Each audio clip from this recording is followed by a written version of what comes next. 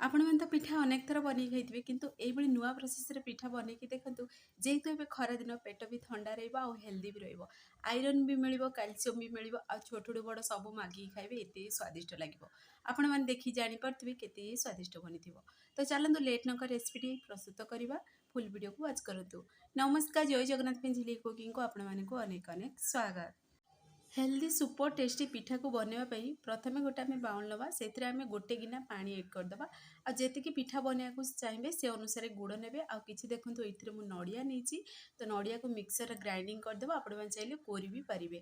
तो देखो ये गुड़ भी मेल्ट हो गला। तो मुझे गोटे गिना पानी नहीं जेहेतु गोटे गिना मांडिया आज आम प्रस्तुत करवा तो गोटे गिना ही पानी नवा से गुड़ केवल मेल्ट करवा पाग बनवा बिल्कुल भी आवश्यक नहीं।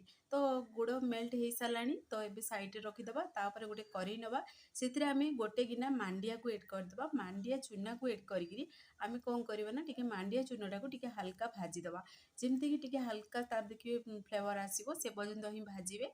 तो टी रही रही भाजुवे आई समय ही आम कौन करवा ना स्वाद अनुसार देदेबा लुण लुण को भी एड करदे लुण को एड कर भलसे टी मिक्स करदे जमीक मांडिया पूरा लुण पूरा मिक्स हो।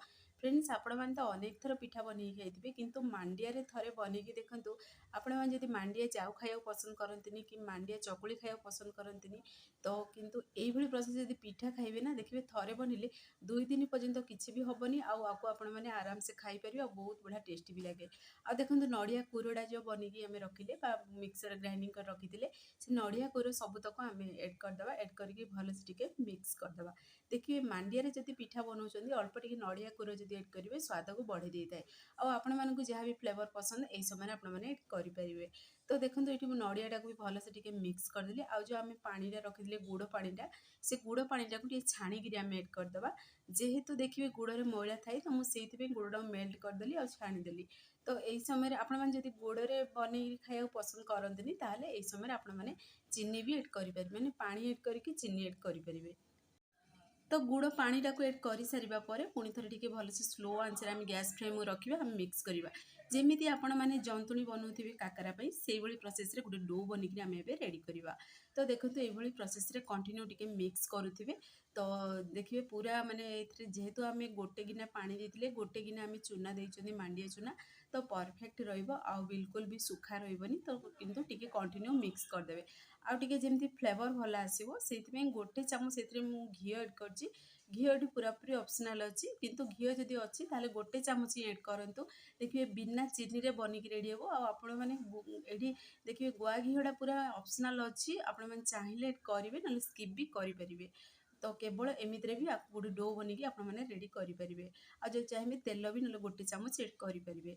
तो ये कौन करेंगे ना भलसे आपको मिक्स करदे आ देखो धीरे धीरे कलर भी पूरा कलर चेंज हो सारा आ पूरा डो बनिकी आमर रेडी भी हो सारा। तो डोटा बनी सारा पर आम कौन करवा ना गैस पेन को ऑफ करदे। तो मिक्स कर सारा पर भी जदि टिके टिके चूना रही जाऊँगी ताहले भी चलो जदि हाथ देखिए ठंडा है हाथ में ताको भल से मिक्स करदेवे जदि ताहले भी देखिए से पूरा मिक्स हो चूनाटा। तो गोटे देखो ये इडली हांडी नहीं किसी पानी नहीं आम पानी को प्रथम गरम हवा दबा से भर देखो हल्का ठंडा हो सारी डोटा आमर एबे कौन करेंगे ना हाथर हेल्प जेहेतु फ्रेंड्स टे अंधारिया देखा करेन्ट ना तो से तो ये कौन करेंगे ना आम हाथर हेल्प अल्प टिके तेल हाथ कि पानी हाथ जहाँ भी होगी आपण मैंने आपको मिक्स करें और एमती भी आम घी एड कर पूरा इजी तरीके से पूरा भलसे टे चकटी दबा आम तो चिकना भी बनीज आम अल्प अल्प पोषण नवा आपण मैंने जी बड़ साइजर चाहिए से अनुसार पिठा बनई पारे आपको गोलाकार सेप भी दे पारे आ काकरार भी सेप दे पारे सिलिंडर सेप भी दे पारे निज मन पसंद अनुसार आपण मैंने सेप दे पारे। किंतु देखो ये प्रोसेस रे मुझे पूरा सिलिंडर सेप बनईदेली हाथ में आ देखो हाथ में ही सेपटा देती आंगुठी सेप देती आपण मैंने देखी जापे। तो ये आम सेम प्रोसेस सबुतक बनईकि आम गोटे आम प्लेट रखीदे। तो फाइनल देखो रेसिपी बनिक आम रेडी भी हो गला। फ्रेंड्स आप भिडियोटी मोर पसंद आसो सांग मानू सेयार करूँ लाइक करूँ चैनल जब नुआ अच्छा चैनल को मोर सब्सक्राइब कर दिंतु बेल आइकन क्लिक कर दिंतु जहाँफल मोर सब वीडियो नोटिफिकेशन प्रथम आपण मानक पहुँचो मुझे इजी वीडियो नहीं आसबि आपण मैंने देखिए घरे आगे निहाती ट्राए करूँ।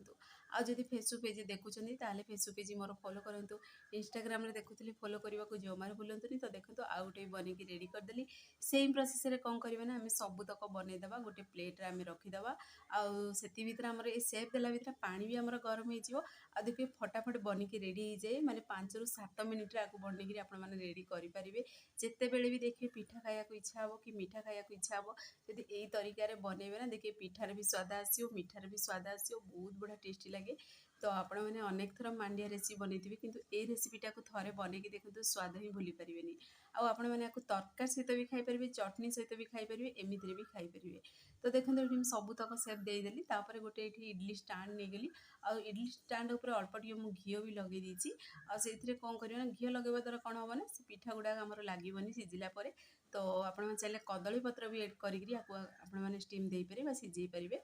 तो एबे कौन करवा सबुतक पिठा को आम से सजेदबा सजे देरी कौन करवा ना आम कभर को बंद करदे बंद कर 5 मिनट पर्यंत मीडियम फ्लेम रे टिके बनवाक दबा। तो 5 मिनट पर चलतु आपण मानक मु कभर बाहर कर देखौछि देखंतु केते बढ़िया हमर पिठा रेडी हम सिझी भी जाइछि आउ देखंतु केते सुंदर भी देखा होछि आ पिठाटा खाइबा समय एते बढ़िया फ्लेवर आसुला ना फ्रेंड्स आपण माने न बनिले जमारू विश्वास करि परिबेनी आ थरे बनिकी ट्राई करंतु देखिबे माने बारंबार बनाबे पसंद करिवे आ देखिए मांडिया रे गोटे नुआ शैली पिठा रेसिपी बनिकी रेडी होछि आ आपण माने आको थरे बनेले घरे भी समस्त पसंद करिवे। एमितिरे छुआ माने मांडिया खाइबा पसंद करंतिनी मांडिया जाऊ हो कि मांडिया रो जे कोनो जिंस तो आपण माने जति एभली प्रोसेस रे पिठा बनेकी देबे आ देखिबा भी सुंदर लागुछि। तो छुआ माने भी मागी मागी खाइबे आ बड़ माने तो एमितिरे पसंद करिवे ए पिठाटा निहाती। तो आपण मैंने भी ट्राए करते देखिए छोटू बड़ समस्ते पसंद करेंगे आ देखो बनिकी रेडी हो सारी आ 2 रु 3 पीस खाइले पेट भरीज किंतु मन पूर माने पेट तो भरीज किंतु मन भरनी एत स्वादिष्ट लगे रेसिपीटी। जदि आपण मैंने आपको घरे बनाऊँ आपण मान अनुभूति मो सहित सेयार करूँ। तो चलते आपण मैंने गोटे पिठाटी मुझे खंड कर देखी दूसरी केमती कौन बनी आ देखो खंड कर देखा केते बढ़िया पूरा सुपर टेस्टी बनी पूरा पूरी सॉफ्ट बनी पाटे जमी दौ दौ पूरा मिलैव आपुणी खाइबा समय नड़ियार फ्लेवर आसो घीर फ्लेवर आसो आ देखिए मांडियार फ्लेवर तो जमा आसोनी किंतु स्वादिष्ट बहुत लगे। तो आपण मैंने घर ट्राए करूँ से पर्यंत रोचे पुणी